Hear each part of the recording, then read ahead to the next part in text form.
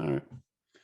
All right, Dennis, thanks for joining me. We can have a discussion here and talk about what you do and, how are you trying to help others? So a little bit I know about you. We met through a group and connected over phone, and finally we get to meet each other, right, on video here, at least, not in person, but it's pretty close. And yeah, I just like to see if you could share, I understand that you're a chef, and how about let's start with that. Like, what was your journey to become to the chef? And I know you really love it and you're really passionate about it, if you want to share that. Yeah, absolutely. And thank you so much for having me on. This is a really cool experience for myself, and obviously anything that we can push ourselves and be better at, then I'm all about that. So, yeah, I've been a chef since I was 16 years old. I won't do the math because that becomes, I don't know, some long division and multiplication stuff that I don't want to get into right now. Maybe a little bit of pride as well. Let's just say, well over 30 years. We'll just call it that. Okay. So I grew up in a small town, and when I turned 16, obviously I wanted a car, I wanted to have insurance, I wanted to have gas. That means that you got to get a job. Mm-hmm. So I'll never forget this. I was hired as a dishwasher, and I washed dishes for about a month, and I was given the opportunity to then become a prep cook, where you start prepare them the stuff that then is made with meals, right? I did that for a little while, and then I was asked if I wanted to cook on the line. And that's where you're actually, cooking a meal for someone and sending it out. And this was a 250-seat restaurant, and there were 6 of us on the line. And I actually, it just kind of fit. And as I started watching and observing, about 6-7 months later, I took over that line, and I was, conducting, essentially the wheelman. So tickets had come in, and you decipher the handwriting, because obviously back then there was no computers. Dang, I just dated myself again. And so next thing you know, I was doing it, and I was really pretty good at it. I didn't know at the time it's what I wanted to do with my life. So I tried other things. I worked on cars. I worked construction for a little bit, did a little bit of electronics, a little bit of plumbing, did some concrete work. But every time I was doing that, I would also work in a restaurant part-time at night. And finally, one day, one of my life mentors said, why aren't you doing this for a living? I think you'd be really good at it. I'm like, I don't really know how. So I decided that it was time for me to go to school. I went to a very prestigious school in New York, and I really fit in. That's when I knew that this was what I was meant to do. And oddly enough, I knew things about food that I didn't know how I learned or knew. It just was there. And when I talked to my chef mentor, he said, that's how you know you're doing the right thing, because you know things. You don't know how you got the knowledge. All you know is that you have it. And then the next step then becomes, how do you teach people to become better with the knowledge that you gained and the experiences that you have? And it really didn't sink in until, I don't know, a couple years ago, after my last failed marriage. We'll get into that a little bit as well. That, I didn't know everything. And there's a lot of things about my life that I needed to get into and dive into. And with that, I started attacking what it meant to be me. I spent a lot of my life kind of being what I thought I was supposed to be, what the air quotes are, what I was supposed to be. In my career path, every move was movement forward, and I didn't realize that was going to be also what's going to happen to me in my personal life, right? Currently, I'm a senior executive chef at a major medical center in Virginia, where we produce, oh my goodness, probably 4,000 meals a day. We take care of the patients in the hospital. We take care of the staff that takes care of the patients in the hospital. And this is my philosophy. We're there for 3 reasons. We take care of the patients, we take care of the people that take care of the patients, and we also take care of ourselves, our little family that's actually doing that. For us, food is medicine. This is what I get passionate about. I get very, very passionate about. It's our responsibility to produce food to help people get home to their families as quickly and as safely as possible. I'm going to say that again because this is very important to me. We produce food, which is medicine, that helps people get home to their families as soon as possible. And that fulfills something within me and helps fill my cup. With that, that's my day to day, right? And as I progress and start learning more about what it means to be Dennis, I've actually really become to like myself, right? And then even push a little further and love myself. And in that diving of me, and I go to diving because I'll tell you that here in a little bit.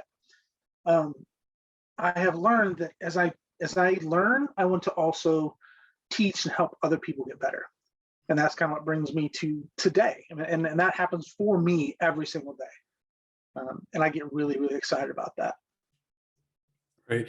So you spoke a little bit about passion, and maybe you can help me with, do you see some kind of like a purpose there, or is it just passion for you? So I think a little bit of both. Okay. The passion, I would say, is creating food that is aesthetically pleasing, obviously, nutritious and healthy, knowing that I'm helping someone else. And that also is that line between passion and purpose, right? Mm-hmm. I'm very passionate about the food aspect of it, but the purpose is to get people home, and that includes us as employees as well. Getting people home to their families as quickly and safely as possible. And with that mindset and goal in mind, the place where I work now, we've had the contract, or my company that I work for has had the contract since mid 80s. By the way, that's when I started cooking. Not here. All right. Not doing the math. Right, it's way in the past. But the first 3 years that I was here at this particular hospital, we had the highest patient satisfaction scores in that entire time frame, because we attacked with that purpose and that passion to have that ability to affect people's lives in a positive way. Very few careers out there that I will call light blue collar, right? Because it's not definitely not a blue collar job, but you work really hard. There's some business aspect of it too, so it's white collar as well. So I call it a light blue collar. But the light blue collar role that we have, we have that opportunity to really, really help people. And for me, I have found in my lifetime that there's nothing better for me than to help others be better themselves. Right. Yeah. You're always trying to help somebody else. Yeah. That's good. I like that. Because I know there's like that fine line. Some people play with the passion purpose thing, they try to figure out or what's their purpose, or, and then, and then the passion is always hard to find too. Like, I don't know, in my eyes, it's always try to go for what you're passionate about. Right. That's what I think. And then it sounds like that's how you kind of have your purpose then. Exactly. And, every day I do a meditative time to myself where I ask myself, what did you do that fed your purpose / passion today? Mm-hmm. And if I'm not able to easily identify that, then I didn't work hard enough to where I needed to be in that day. Not that I think I failed at it, but I think that if I can't recognize it, then maybe someone else wouldn't have either. So then did I actually effectively, and purposely affect somebody today? Yeah. How do you go about doing like a meditation with that? How's that work? So it's actually, I have a couple meditations, right? So in the morning when my alarm goes off, I close my eyes and I look at my day and I kind of plan out my day. Like a lot of people, pretty normal. How am I feeling today? How many messages did I get that I'm going to be short staffed today? Kind of affect that a little bit as well. Right. But that helps me plan my day, So that's the first aspect of it, kind of planning out my day. And I live in a world where plan A is where I write a schedule. Plan B is what really happens when people move around and all the pieces don't really fit where they're supposed to. Yeah. Plan C is where you're kind of pulling it out of the air on what to do, right? So all of those things, I start running through those things in my mind during my meditation. And it's a relaxed situation. So there's no real condensed going on. It's just a matter of, okay, if this happens, this is what I'll do. And so I'm already mentally preparing the things that typically happen. My second meditation, which is really interesting, I have a 35-minute drive to work. Okay. Usually it's dark, almost always it's dark. And that's when I dive into some content. I kind of try to grow me as in my soul and in my being, listening to podcasts, listening to books on tape. Sometimes just calling people. Sometimes people reach out to me in that time frame because they know my window. And in that time, I am working on my insides, my heart, my soul. And then when I'm at work, all the moving pieces and parts, that's when I realize if my meditation has worked, because a lot of the times I walk in, and here's an interesting thing. I have a staff of in my production, which I really am deep into, a staff of 25. When I arrive in the morning, there's only 15. But when I walk in the door, I look every single employee in the eye as I walk by and I greet them in the morning, every single one. I have a different greeting for every single person, but it's the same greeting every day. And I get the same reaction from them, or I get a reaction of theirs, of how their day is going. And in that 2-second interaction, just saying good morning, I know how they are in their day, how their day is going to go based on the look on their face. And I can carry that with me, knowing that I don't have to really focus on that area. I can leave them alone and let them do what they need to do because they got it. If I walk in and I get a different greeting, or the eyes are different, or their station looks different because there's something that happened, I know immediately that I need to address that so they are getting back on their path. So that's what my meditation does for me. And then at the end of the day, and this is very key, and I think that a lot of people forget this, at the end of the day, I have the same 35-minute drive home, right? And in that 35 minutes, I go back through the day and I think about what worked, a win, right? What my wins are for the day, and what I need to focus on tomorrow to have more wins than losses. Now, there are some days where there are all wins, and I'm driving home and I'm like, I feel really, really good, right? So then I can focus okay, what did I personally do for me? Now, business was a win. I got all that stuff going, and people were happy and all that was good. But what did I get out of the day? So then I also take that time to look and see what was given to me from my staff, from my situations, from my interactions in the day. And when I look at those things, I can really grasp that and have a little bit of pride in what it is that I do, right? And that even keel, knowing that the day is going well and getting something out of it, there's that drive sometimes only feels like it's 5 minutes. I mean, it's crazy that when you look at the good stuff, how everything else just kind of goes away. Now, on those days I'm driving home and it was kind of chaotic and all this stuff, I have all this noise in my head, right, from work. And this is another really important thing that I think people forget to do.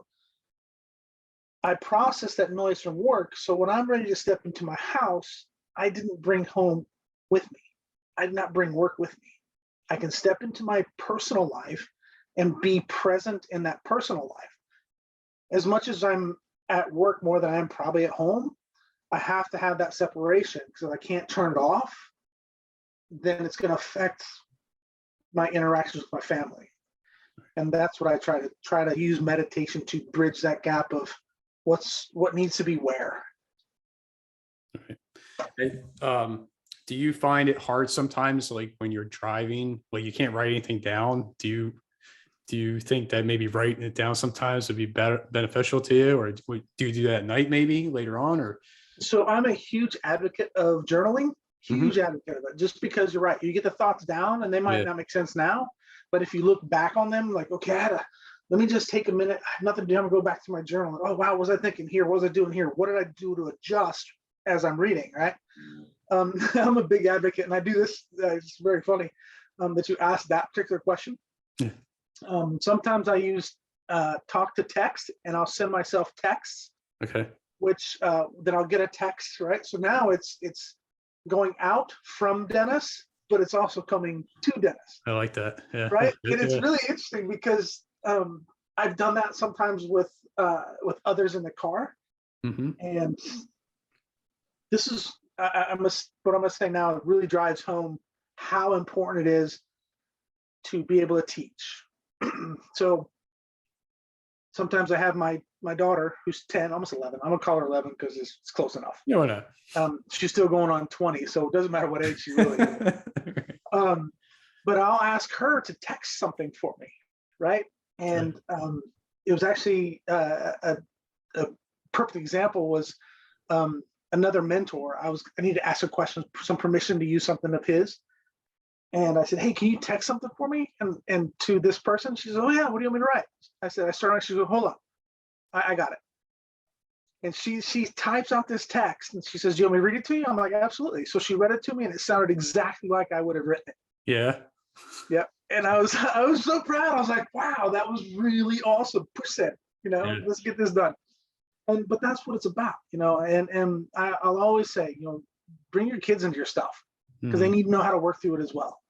And if you're not teaching them from a position of being in the middle of, how are you going to show them how to get out of it? And eventually when that comes to fruition and they are lost or confused, they're going to come to you. Yeah. So anyway, I'll bounce all over the place when it comes. No, that's great. That's fine. So yeah, so she's following your lead. She sees what you're doing and following your lead. Yeah, and even better, I'll take it a step further. Sure. When I pick her up from school, which adds 20 minutes to my drive, by the way, but it's way more therapeutic. We always listen to her music, right? What she's into, what she listens to. Okay. And this is what's so important to have a connection with your kids. We'll get in and she'll start a song, and usually a third of the way through the song, she stops the music and starts talking about her day. Really? Because she knows the questions I'm going to ask. I haven't asked them yet. Yeah. Because now that's part of the drill. Right. What made you laugh hard today? What was about your day that made you smile or made you just feel lifted? She's always got something to talk about. And sometimes in that 40-minute drive, we get through 2 songs. And there's about 40 stops in the music because she's, I just want to talk about something else. I want to talk about something else. And if there is nothing to talk about, we just sing together. That's so cool. How do you beat that? Here's this amazing connection that has been fostered in growing, right? It's growing. I can look at all of the issues that I've had and be like, oh, I'm so horrible and all this. No, that's not what it's about. I've learned lessons, right? Those lessons have got me here. So the fact that I can pass those down and teach someone else without the pain, give it to me every day. Right. That's great. And she can't jump out of the car either. So she's stuck. Exactly right. Yeah. That's awesome. Yeah. So I started trying that with my kids. I've been asking, what was the best part of your day? And, they'll go around in circles. Nothing really. But then a little bit, they'll just think of something. Yeah. And it could be, I got home or whatever, you know what I mean? But it's something small, right? But it makes them think a little bit more. So yeah. Good. So no, I was going to say, it's like a little string on a sweater, right? Once you start pulling that string, it's going to all start unraveling. And once you get to that point, I mean, it's, I don't want to use the word magical because that sounds very, Disney, but there is something about it that connection is, and it's so strong and so natural and so nurtured from both sides even, right? Because she'll even ask me, what was the best part of your day? Right. Right. And I start talking about my day, and then she goes back into hers, and we got all this stuff. And next thing you know, we have all of this information about each other that we can use later, right? What was it that something happened the other day, and she typically first person she talks about is this one particular person, and it's all the time. And as dad, of course, my radar goes off because it's this one particular person. And I'm like, so what's going on with so-and-so today? Oh, no, they weren't there today. Or I didn't really spend that much time around them today. And I'm like, really? And she's, well, some, but not. So it's just that kind of just being to an amazing kid because the kid's amazing because you were a good dad. There's something magical about that. I don't go back to that word, but it really is. It truly is. And it warms me knowing that I haven't failed at everything in my life. Yeah, and I don't think you want to get to that point where you think that either. You never want to think you've failed everything. So, let alone from just being in the car and, having a conversation with your daughter or whatever it turns out to be, you've been mentioning it a couple times, the word present, right? So we already discussed kind of like how powerful that is, where she can interact with you and you interact with her. What ways have you found for yourself to try to stay present, whether it's with her or somebody else or whatever you're doing? Yeah, that's actually a very good question. And I think a lot of people do struggle with that. For me, I dive into whatever they're doing. So I'll keep going back to my daughter, but even with my girlfriend, whatever they're interested in, I need to be interested in. If I try to drag them into what I'm always interested in, then there is kicking and screaming and, "Oh, I want to go do what I want to do." But leading from the middle, I say this a lot, particularly to clients, and even at work when I'm dealing with new managers. There are philosophies out there that, if you paddle from the front, you're pulling people with you. If you're paddling from the back, you're pushing people forward. Okay. I have found in my life that by paddling from the middle of the boat, you're pushing some people that need to be pushed and you're pulling people that need to be pulled. The bottom line is you're all moving forward together. Mm-hmm. So I kind of do that with my kids. I dive in when my son plays video games. I'm like, show me on the video game. I can't keep up with him. I'll be honest with you, my eyes don't work like that. And that many buttons, forget about it. But I thoroughly enjoy watching him play because he is so into it. Why would I want to fight that? Right? Teach me, show me. Because now I'm setting them up to be passionate about something, be productive in doing it because they always want to be better. They want to be better. And then as I start to learn and understand a little bit, I'm in awe of what they can do. And my son, he's a little older, he's at 16. It's really interesting because he'll play with his friends. He'll play with a group of 6 people. And guess who the leader of the group is?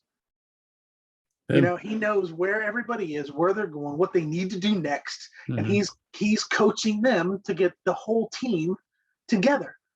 And he's doing it from the middle and doesn't even realize he's doing it. Gotcha. You know what I mean? But that's just the natural progression of how to do it. And same with my youngest. She's very much into YouTube and the Dream SMP, and I don't know if there's a plug for them or not, but actually I've kind of gotten to like them. They're insanely annoying, but at the same time it's like a train wreck. You can't not look, Right. But she knows all the people, she knows their history, she knows their birthdays, some of them sing songs, they play video games and I'm like, why don't you do that? Mm-hmm. And she's like, I really enjoy watching it, but I don't know how to do it. So let's learn, let's do something. And we have a YouTube channel where we do stuff, and that's what she wanted to do. And that we have, it's not a lot, we haven't posted anything in over a year, but I think we have 7 videos up. And of those 7 videos, she was producer, director, filmer, and just conceptualizing it, right? So all of that she did. Yeah. I just got to go on and cook and play with my daughter and her friends on camera, doing what they wanted to do. I mean, how do you not say no to that? Or how do you not say yes to that? Yeah. But that's for me, that's how you gain that bond. I could kick back and no, I'm not interested in that. No, I don't want to do that. I don't want to do that. I don't want you. Why are you on the phone so much? Well, you're learning stuff. I want to know what you're learning. Because if I don't know, how do I know how to course correct? How do I know how to, pivot? Be like, and even be a little more understanding of like, oh wow, I never even thought of that. I mean, I've learned stuff from these teenage kids on YouTube, and I'm like, I never thought of that, Right. And but that's part of it. And having fun. I mean, you're not going to sit with your child doing what they want to do, and they're going to hate you for it. It doesn't happen. Mm-hmm. So that's what I'm going to do. Just so you're just trying to be with them and be interested in what they're doing to stay present. Yeah, their world is important to them. Right, and so is yours. So do you ever find them trying to see what daddy's doing? So that's a very good question. So what ends up happening is, as I'm in the middle of their stuff, hey, I need to go do dishes, or I need to go do laundry. Come on, let's go knock that out real quick. Mm-hmm. So now I'm drawing them into something outside of that. that helps them learn responsibilities, learn things. And yeah, I mean, I get it. We go cycling, we go running, we do things together that, every once in a while you get the, oh, I don't, Yeah. well, but that's part of leading from the middle. Sometimes you got to pull them, Oh, yeah. sometimes you got to push them, Yeah. and sometimes they want to switch positions on the boat. That's great. I like that. That's good. So we've been talking, I guess, in the past few weeks for a little bit while now, and you were starting to shift a little bit and doing something else, where you're becoming a life coach, I believe, or you already are. So here's the interesting thing about that. Yes, and I actually have a little bit of gratitude towards you, because when we met, we were both kind of in a little disparative situation in our lives. And as I talk to others in the same situation, and we talk about things, and the way my mind works, I always look at an opportunity, and then that immediately goes how to teach. And it's basically because I'm trying to teach people how to cook better than they did yesterday, because I don't have to carry them today.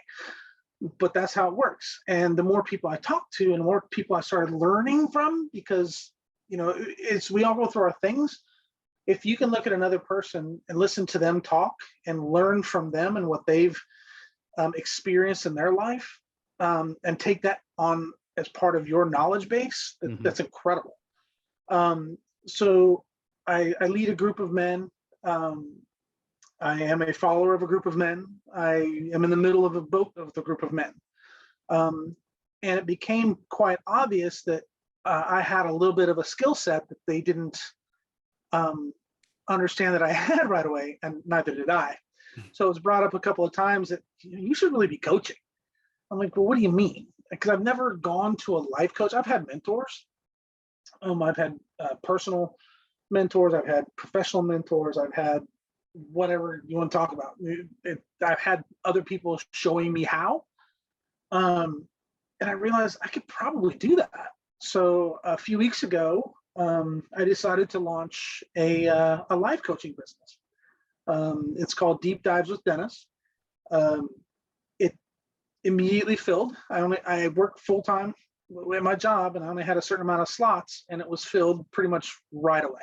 Yeah. I had 5 slots, and that was pretty quick. So with that, I have yet to do the whole business end of it.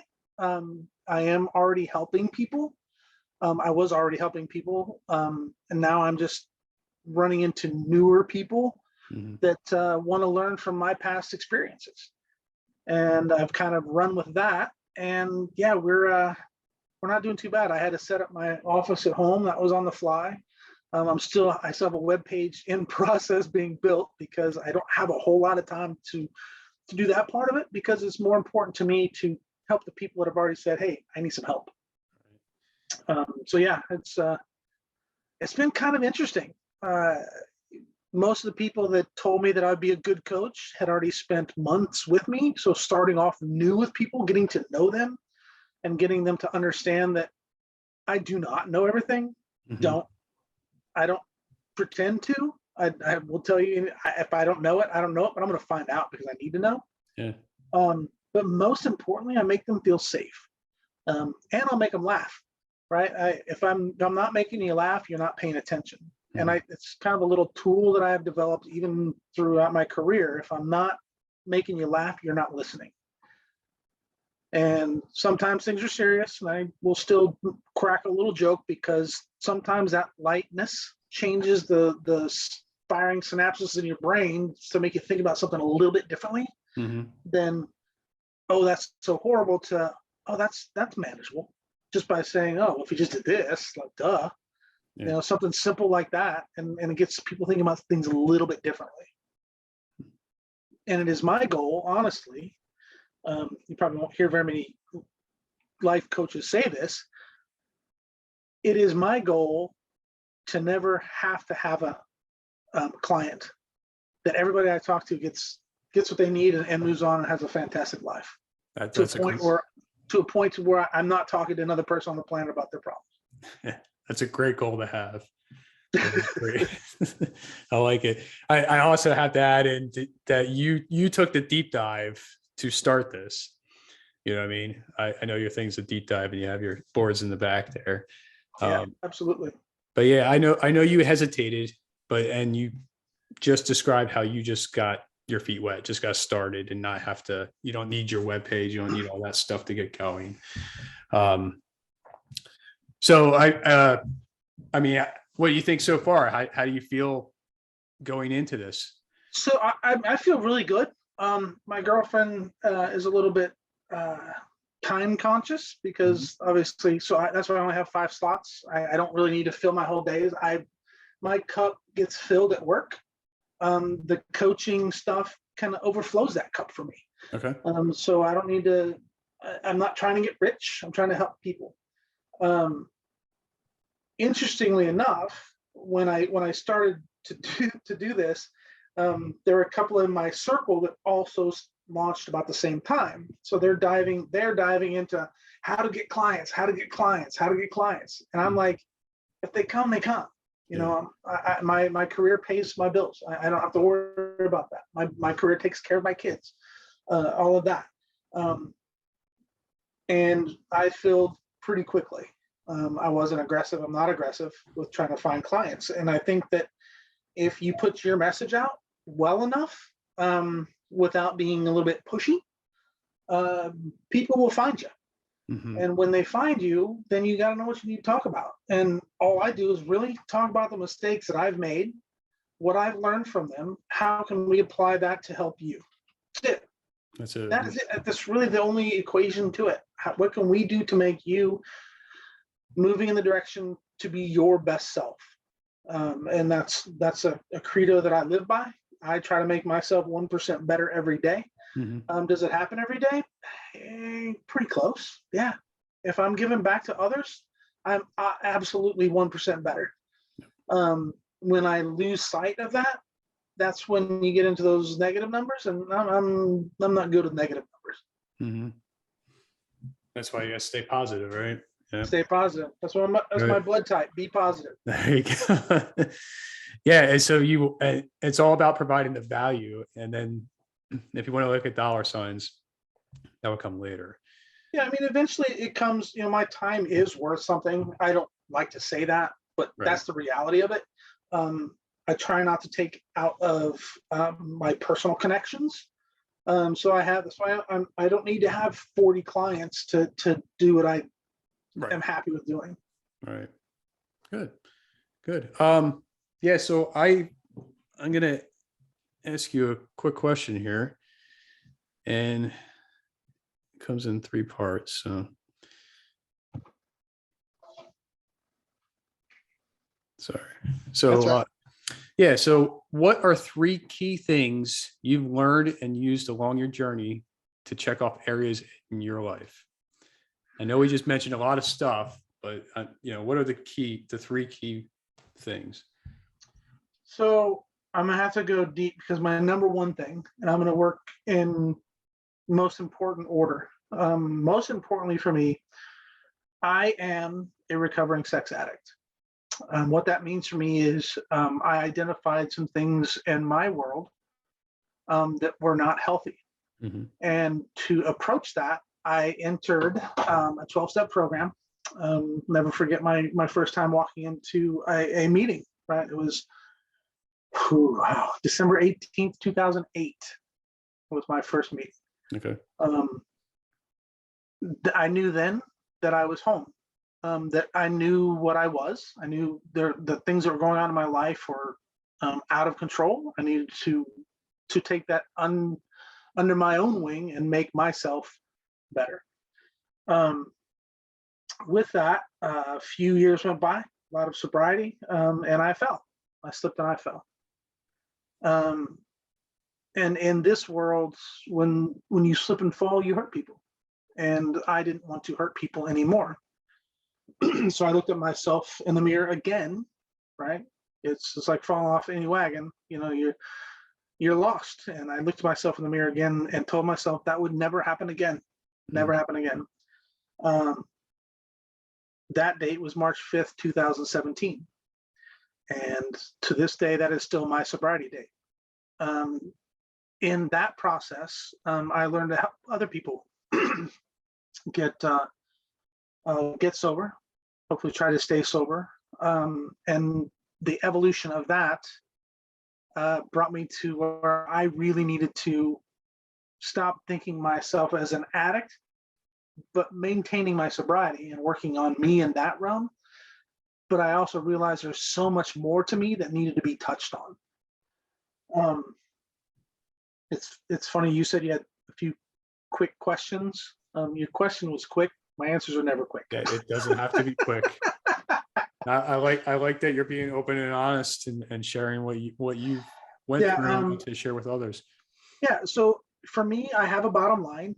What I use in a lot of my journey, and this is part of my meditation, and even sometimes just to reground myself, is a serenity prayer. I didn't grow up a religious person. I'm not a churchgoer, but I have a spirituality that I have a really great relationship with God. And the serenity prayer for me works miracles. It truly does. Grant me the serenity to accept the things I cannot change. I mean, come on, how can you not look at that and go, well, that makes a lot of sense. So what can't you change? That's the first thing I ask myself. In this situation, what can you not change? You cannot change it, so just accept it. You know, the courage to change the things you can, right? Another big one. Well, I think I can change this. What do I have to do to do that, right? What do I have to dig into to change this situation? Yeah. And the tricky one is the wisdom to know the difference, right? Because knowing that I can't change it, there's a huge amount of wisdom, but there's also some solace there. There's some relief there. It's out of your control. You know, the only thing I can change and have the courage to change is me. Mm-hmm. And if I'm doing that, and if I'm living by that 2-sentence statement, I'm going to be okay. And if I have that power over myself, that's one of the first things I ask clients is like, do you know the serenity prayer? Because I say it a lot. I'm not trying to preach religion. Even when I explain it now, I took God grant me out of it, because if you want to ask God for that, ask God for that, right? But you should be asking yourself, because you're the one in charge of your life. You can give praise, you can give anything you want to God, but the reality is, here on earth, we have to be accepting of what we can change, what we can't change, and know the difference of it. It's true. Yeah. Well, thank you. I appreciate it. Oh, no worries. Yeah. I've been very open and honest, and it's been a pleasure to meet with you virtually, right? Yeah, right. Yeah. Is there any closing words or anything you want to share? Or I really admire what it is you're doing. I'm trying to get the message out for anybody that wants to become better. Mm-hmm. There are people out there willing to help you.